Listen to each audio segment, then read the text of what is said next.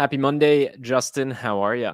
Buenos dias. I'm doing very, very well this morning. Yeah, I've heard a lot of people talking about the lottery lately. Have you, Zach? I can't imagine why. Yeah, one person. Do we have more details? One person won 1.2 billion with a B. Was it 1.2? Something like that. I don't even keep track. I saw a line at the Sheets gas station where we happen to have an Electrify America charger, and there were like Okay. eight people in line buying lottery tickets. But I couldn't help think about like all these money printers that are just going pew pew with money, with cash money, and thinking about how much money is going towards EV charging. That's what we're going to talk about today. How the states are going to be implementing these loads of cash that are just showing up at their doorstep. Yeah. Before you get too deep, we just have to briefly.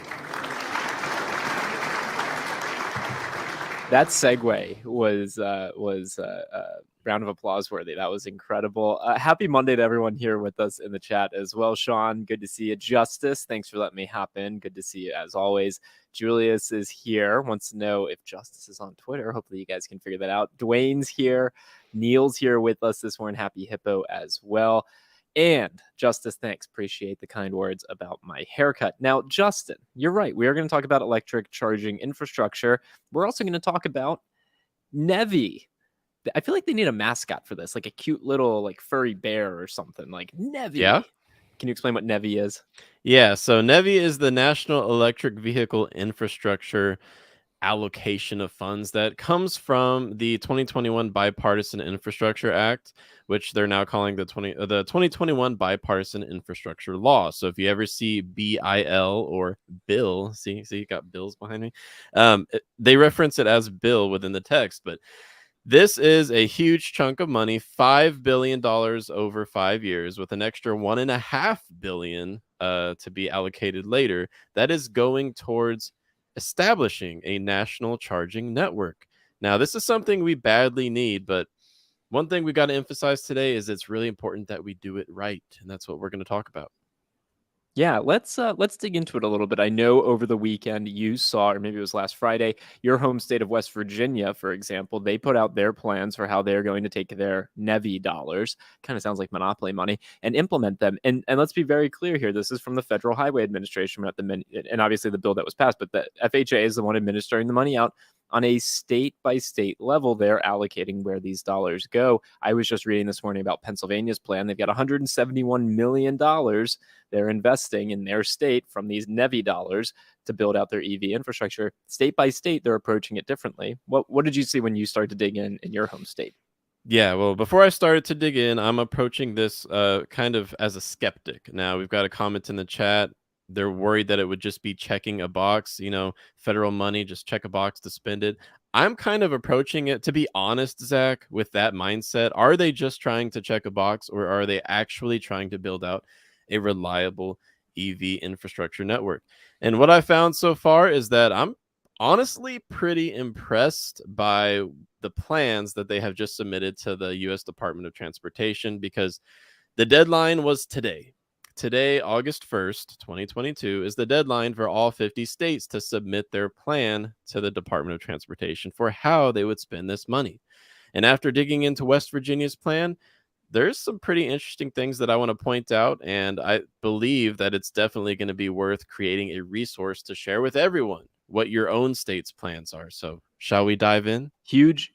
We absolutely should. I just want to mention Justin shared with me this morning thinking about putting together a page back on the joinyaa.com website about every single state and what their plans are for allocating these funds, their state level infrastructure plans. 100%. I think that's a great idea. Comment in the chat if you think that'd be helpful. It's similar to the tax refund guide that you maintain as well. Speaking of which, we have that linked at the top of the description, because obviously there were some big impacts to the tax refunds last week. And here you go, Stuart. Perfect.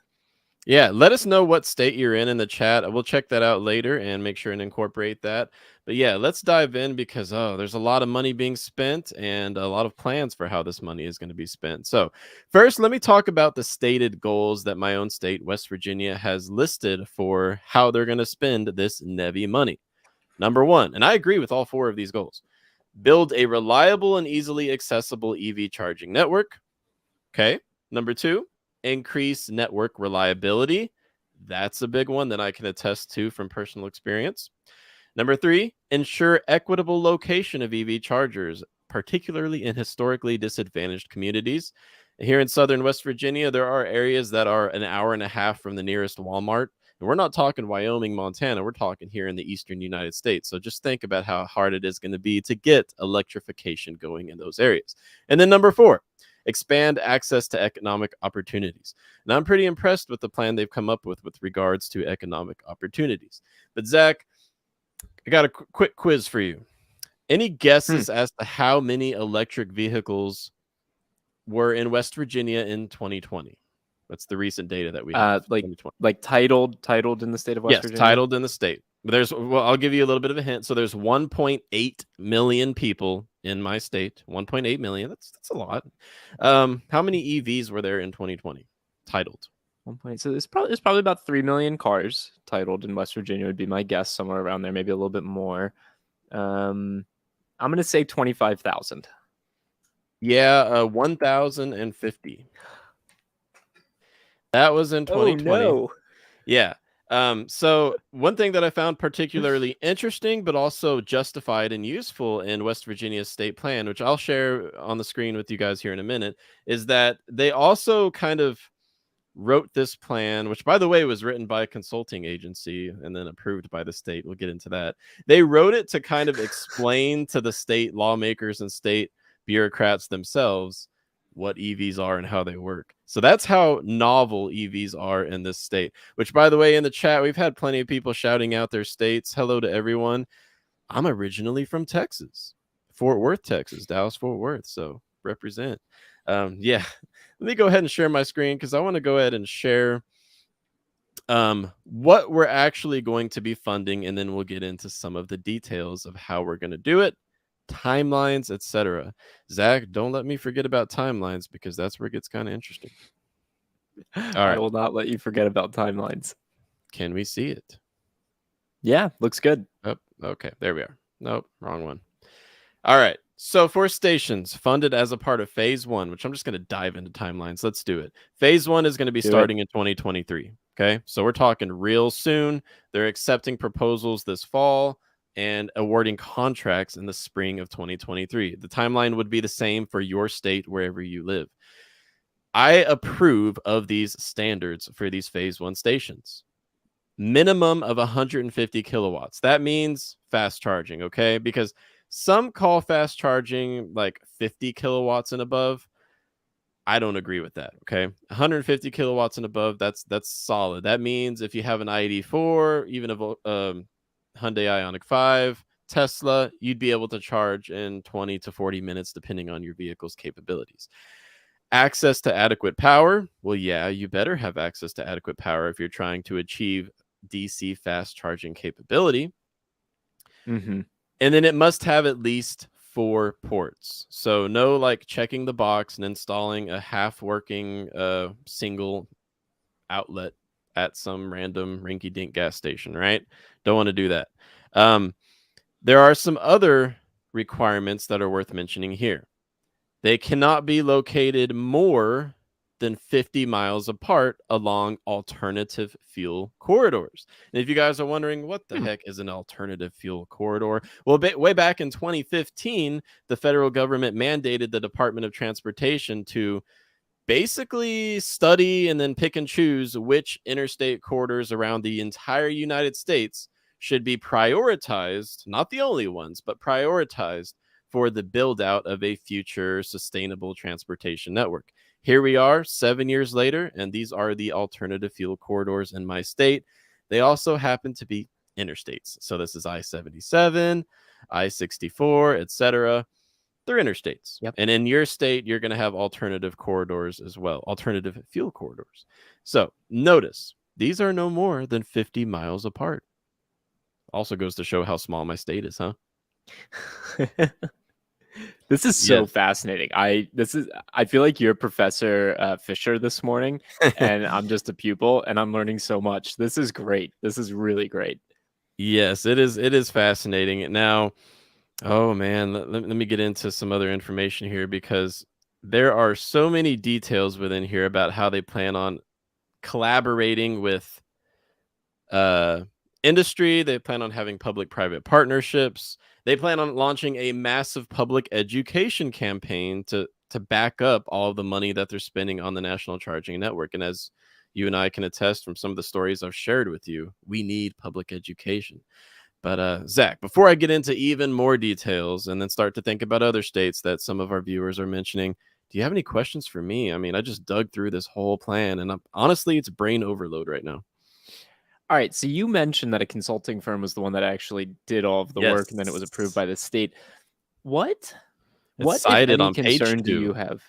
Yeah, what, if any, concern do you have that the legislature, that's essentially implementing the plans, and approving where the dollars go, doesn't understand what they're doing, and also could be influenced by these private companies, consulting firms that may or may not have ties back to where the money is actually spent? I guess I'm just trying to speak to what, if any, concerns you have about the process with which your state has approved the allocation of these dollars, or at least the proposal that they've put in front of the Department of Transportation.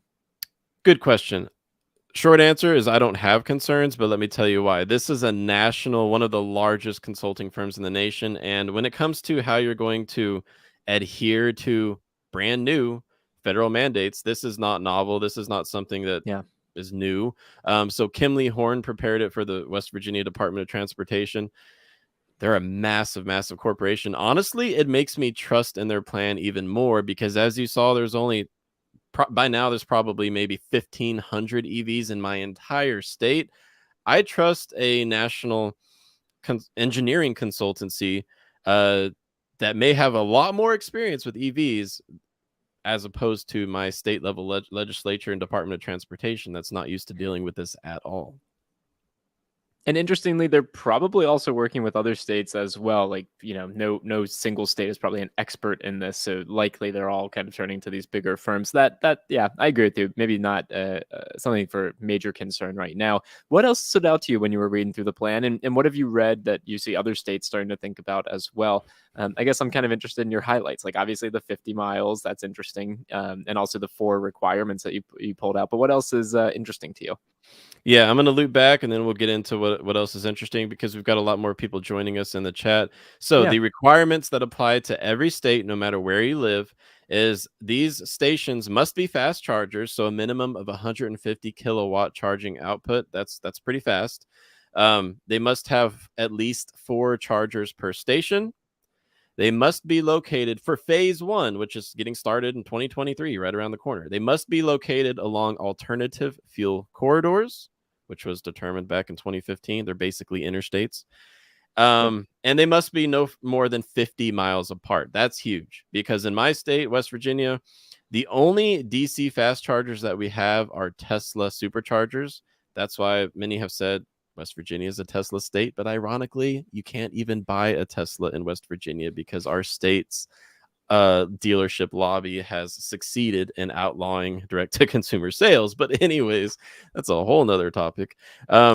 Those are basically, that's the high level summary. Okay.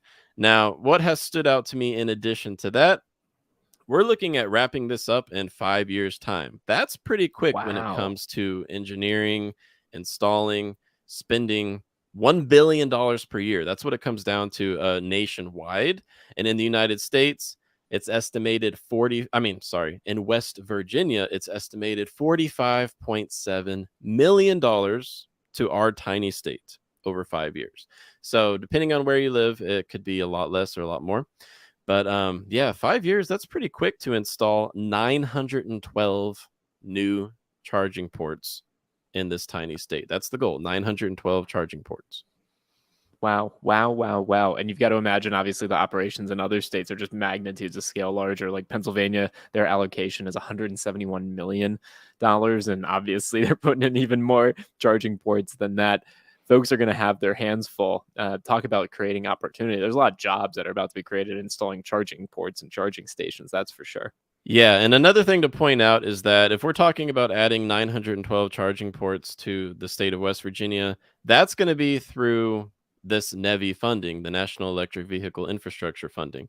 There's also going to be private construction, private development, where you're going to actually have more growth than that from, let's say you have the Pilot Truck Stop Initiative, which has Pilot recently partnered with General Motors and EVgo to build EV charging stations at Pilot and Flying J truck stops. Those kinds of private partnerships are going to be in addition to the NEVI funding. So the pace at which we're seeing the national charging network come to life is quickly accelerating. It's just ramping up very fast.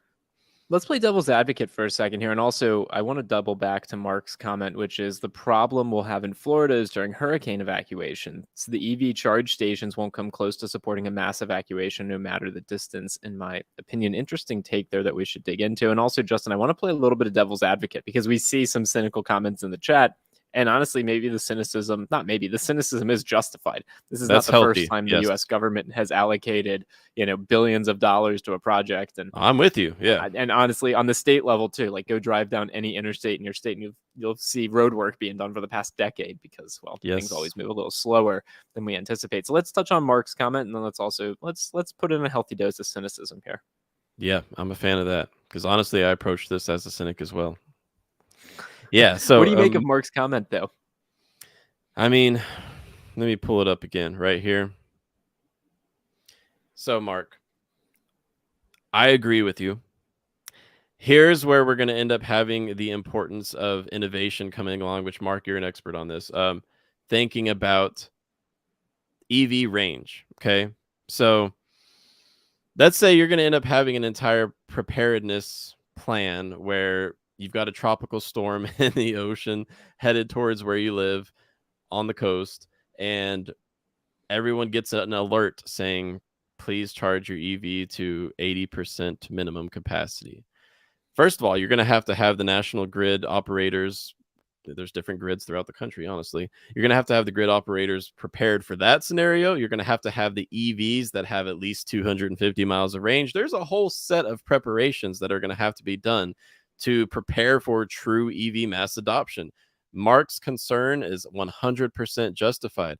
I mean, right now with Tesla, we've seen that whenever there's a hurricane coming towards the East Coast, Tesla superchargers fill up as people are trying to escape. Well, imagine when we're well beyond 5% EV market share, when we're at 25% EV market share.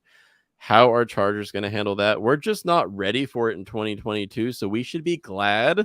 Honestly, we should be glad that not everyone is buying EVs in 2022 because we can't even go into all the reasons right now, Zach, but there's a lot of reasons why we're not ready. Yeah, 100%. I agree with Susanna's comment. This is why hybrids are better for now. Whether you think they're better or worse, they are a great option. We should do a show maybe later this week or next week just about the companies that are taking different stances. Like obviously Honda and Toyota are really leaning into hybrid powertrains versus other companies that are going all in on electric. But today we're focusing on what could potentially fix a lot of our infrastructure challenges, the NEVI funding. And like you said at the outset, like today's a very important day in electric vehicle history. Today is the day you have to submit your plans. And so obviously when you were going through West Virginia and what they had submitted for their plans, again, we'll turn back to it. Cynicism and what else did you find interesting? I think this is super insightful what you're sharing. Yeah, so cynicism, I'll sprinkle it throughout, but here's something else I found pretty interesting. So the phase one aspect of my state's plan, and your state likely has a similar plan. We'll compile these and share them on joinyaa.com. It's going to be completed within 2 fiscal years. Now, remind me, Zach, how does a fiscal year work? If they're starting construction in spring of 2023, when might they wrap up phase one? Just like spring 2025, I guess. Maybe. I don't really know how fiscal years work. Somebody teach me. But anyways, fiscal year is just a 12-month a year, but it starts yeah. on the fiscal calendar. So, but it's the government. So who knows? Yeah. So anyways, phase one is going to be basically the big initial push for building out these chargers every 50 miles along the US's interstates. That's going to be where we start to really notice some changes for those of us who drive EVs. It should be a lot easier to find chargers. Now, this is something I should address, some cynicism that is definitely warranted, but luckily my state's plan has a solution and they're adhering to the federal guidelines. Now, what I'm going to talk about is charger accessibility and compatibility across brands. Okay. Now, this is something I had never heard of. Think about this. At Tesla superchargers, Justice, if you're still with us in the chat, Justice, let us know. Why are Tesla superchargers better than other branded chargers? And they'll see if Justice agrees with me, but it's basically plug and charge. You don't have to swipe any cards. You don't have to press any buttons. There's not even any buttons on the Tesla supercharger station. It's just literally a station, a cable, and the charger. You just plug it into the car. Yeah. The federal guidelines for how the states can spend this money mandate that they try to make them basically a seamless experience, and I'm a huge fan of that because honestly, with what I've experienced at Electrify America, there are times where I wish I've had a Tesla. And Really? the fact that the federal government is, I mean, I don't know how they're going to do this, but they're saying the states must do their due diligence to work with the I got to find what it's called, but it's a national um like initiative for Hmm. basically open access charging software infrastructure. Not open access, that's the wrong word, but basically it's the same digital infrastructure for every charging station, whether it's EVgo, Electrify America, Tesla superchargers. They want to To have get it them all on the all same platform, on the same essentially. platform. Yes. This That sounds, would you know be what this huge. reminds me of? You know what this reminds me of? If you're here on the East Coast, Easy Pass. Okay, when you go Yes, on and you're I know what paying all that the is. tolls, Yes, yeah, yes. like when you're paying the tolls, you just everyone has an Easy Pass. So instead That's of what having I'm a talking different, about. Yeah. it's like the similar system to that, but nationwide and for the technology backbone of these chargers that are behind me. Exactly. So I was encouraged to see that that's going to be a big part of the plan. But some of my skepticism is okay, well, that's great for the 80 to 90% of people who live within 50 miles of an interstate. But what if you go down deep into southern West Virginia where we have like 100,000 people who are far from the infrastructure that we're talking about in phase one? Are they just going to be the only ones buying combustion vehicles in 2035 when General Motors says they're going to stop selling combustion vehicles? We got to do that video, man. We Yeah. got to do a stream, just like compare contrasting. But I was a bit comforted to see that this state, West Virginia, has a phase two plan, which would begin in 2025, that is, quote, focused on community based public EV charging. Criteria for site selection during this phase will be based on community input and priority setting. So they have plans to go beyond the 50 miles every 50 miles along the interstate aspect and going deeper into communities, but it's going to take a few more years to get there. Honestly, Zach, everything I've seen in this plan, it doesn't change my crystal ball forecast of EV market share reaching maybe 35% by 2030. It's still pretty quick. I don't think we're going to be anywhere near 50%. Yeah, I completely agree with you. However, it is reassuring to start to see these plans come out. And I think, Justin, you what you said at the outset of today's show, the idea of putting together a resource that keeps all of these different state plans in one place, and quite frankly, as part of your, your job over the next couple of weeks as our steward into an electric world, to review these and help provide context for us, I think that could be hugely beneficial. I'm not here to say that you're going to shape, like state allocations of dollars, but you can help us all understand what our states are doing.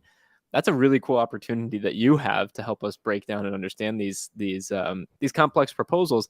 And I'm excited because it is the future. I mean, if we're investing this much money, we're definitely laying the groundwork or planting the seeds for the infrastructure that we'll be driving with and charging with 10 years from now, 20 years from now, 50 years from now. It's a cool opportunity for us to be living in this moment and for you to help us understand it. I'm actually more excited about what we're doing in the EV space now than I was even when we started this channel, because I'm starting to see what the plans look like for what the future holds. That's exciting to me.